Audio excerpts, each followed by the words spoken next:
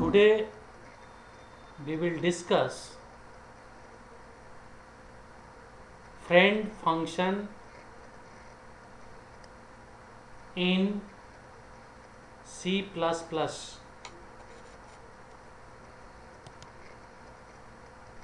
A friend function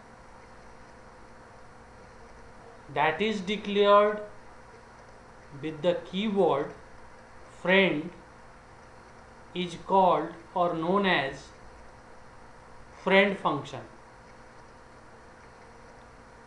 We can declare a friend function in any number of classes. Actually, a friend function is not a member function of a class, but it has all access rights to the private members of the class. हम लोग जानते हैं कि private members can not be accessed outside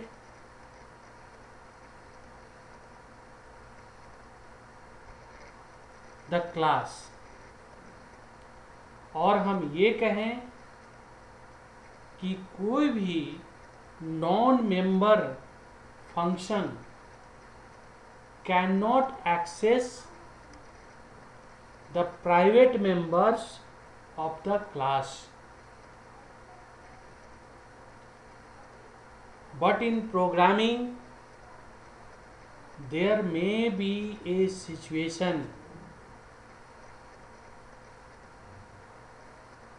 Suppose two class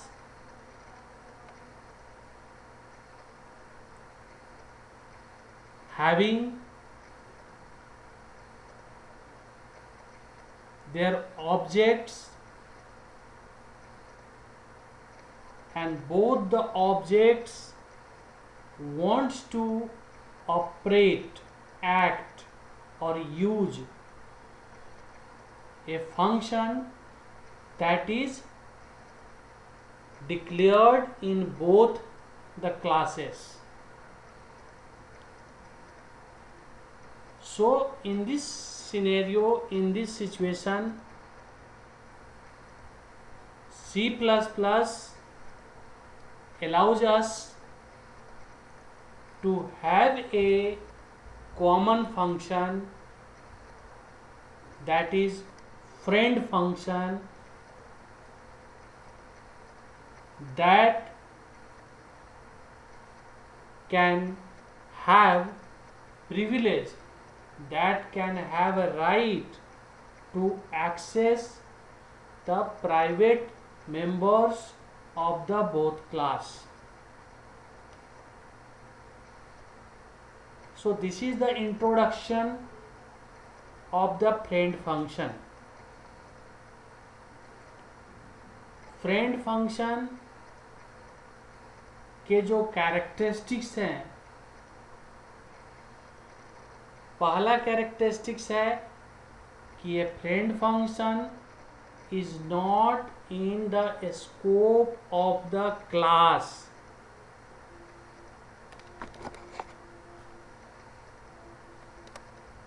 in which it is declared. जिस class के अंदर friend function declared किया जाता है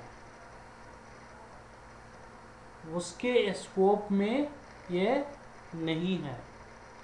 दूसरा, ए फ्रेंड फंक्शन किसी भी क्लास में दोनों ही सेक्शन, प्राइवेट और public, either it can be declared in private section और public section.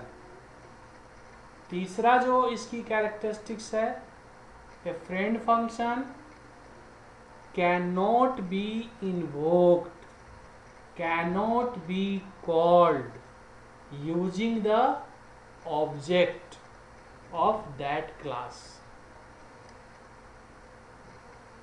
because it is not in a scope of its class. And fourth characteristics, it can be invoked or called like a general function, like a normal function, without using an object of its class.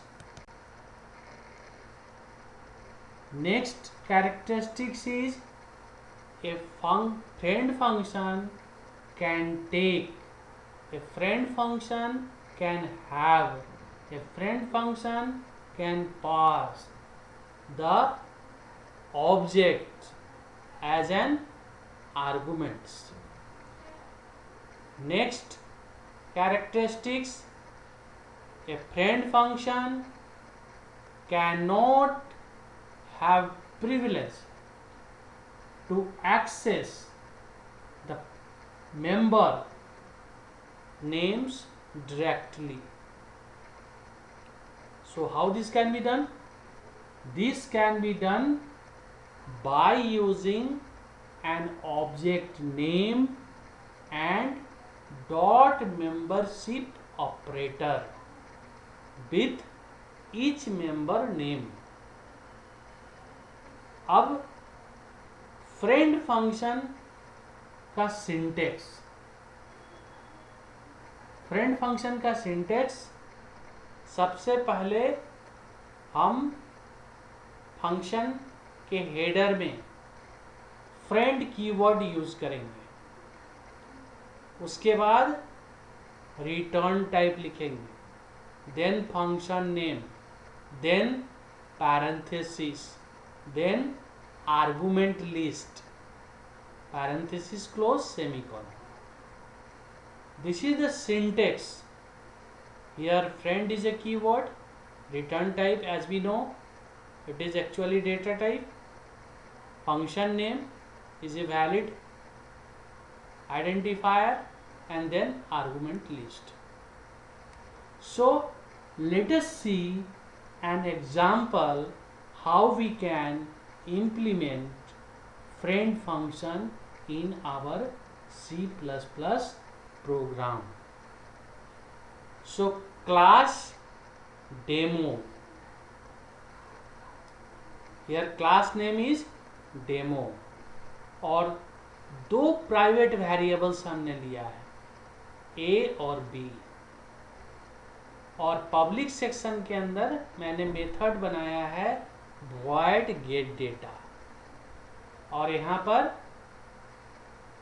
दोनों ही variable को हमने initialise कर दिया है, A को value दिया है 10 और B को दिया है 20। इसके बाद हमने एक फ्रेंड फंक्शन डिक्लेयर किया है, friend float cal demo D और पैरेंथेसिस क्लोज सेमीकोलन। यहाँ पर हम एक ऑब्जेक्ट को पास कर रहे हैं, फिर क्लोजिंग ब्रास सेमीकोलन। अब यहाँ पर फ्रेंड फंक्शन जो है उसका हम डेफिनेशन पार्ट यानी कि कॉल्ड पार्ट लिखते हैं। कॉल्ड पार्ट यानी कि float cal demo D1, float result D1 dot A। अब यहाँ पर जो हमारा फोर्थ या फिफ्थ पॉइंट था कैरेक्टरिस्टिक्स में कि we can access the name of the member of the class, so here using dot operator, membership operator. तो हम यहाँ पर D1 is the object name, so D1 dot A और D1 dot B इस तरह से हम क्लास के वेरिएबल को उस ऑब्जेक्ट के डेटा मेंबर को एक्सेस कर रहे हैं। d1.a plus d2.b divided by 2, और जो भी रिजल्ट आएगा उसको हम फ्लोट टाइप का वेरिएबल रिजल्ट में स्टोर कर देंगे। और चूंकि यह फंक्शन रिटर्न टाइप है इसलिए return statement return result. Now main, int main demo dm, here dm is the object. Now we write calling statement dm dot get data, object dot method name, function name, so dm dot get data। फिर जो value return हो रहा है फिर हम उसका calling statement लिखते हैं। फ्लॉट r1 असाइनमेंट ऑपरेटर कैल dm। यहाँ पर हमने एक ऑब्जेक्ट को पास किया है और जो वैल्यू रिटर्न होगा वो r1 में आके असाइन हो जाएगा और फिर उस वैल्यू को हम डिस्प्ले कर सकते हैं by writing cout double quote new line average assignment operator double quote r1 return 0 get ch semicolon close. तो इस तरह से हम फ्रेंड फंक्शन अपने क्लास में यूज कर सकते हैं। फ्रेंड फंक्शन को हम जो कॉल कर रहे हैं एक नॉर्मल फंक्शन को जो कॉल करने का तरीका है उसी से हम फ्रेंड फंक्शन को विदाउट यूजिंग ऑब्जेक्ट हम कॉल करते हैं। एक एग्जांपल अब हम देखते हैं क्लास emp। यहाँ पर हमने लिया है क्लास का नाम emp और जो वेरिएबल्स लिए हैं enm डिपार्टमेंट और सैलरी। enm जो है कैरेक्टर टाइप का है एरे है और डिपार्टमेंट भी कैरेक्टर एरे है और सैलरी सैल इंटीजर टाइप का है। पब्लिक सेक्शन के अंदर हमने मेथड बनाया है, फंक्शन बनाया है गेट डेटा। इस गेट डेटा का काम है हम यूजर से वैल्यू लेना। cout enter the value name cin enm। फिर उसी तरीके से cout इंटर द डिपार्टमेंट। अब यहाँ पर डिपार्टमेंट नेम पूछा जा रहा है तो सीन डेप्थ। फिर cout इंटर द सैलरी, फिर सीन सैल। इस तरह से हम यूजर से वैल्यू लेके स्टोर कर दिए। Now we are displaying by using the दूसरा जो मेथड है हमारा void डिस्प्ले। ये क्या करेगा, जो कुछ भी हमने स्टोर किया उसको ये डिस्प्ले करने का काम करेगा। So cout name enm, cout department dept, cout salary sal semicolon closing brace. Now friend float cal emp e parenthesis close semicolon. यहाँ पर हमने एक फ्रेंड फंक्शन कैल नाम का डिक्लेयर किया है। अब इसका डेफिनेशन पार्ट क्लास से बाहर हम लिख रहे हैं। Float cal emp e opening brace float stx assignment operator object name e dot sal divided by 100 multiplied by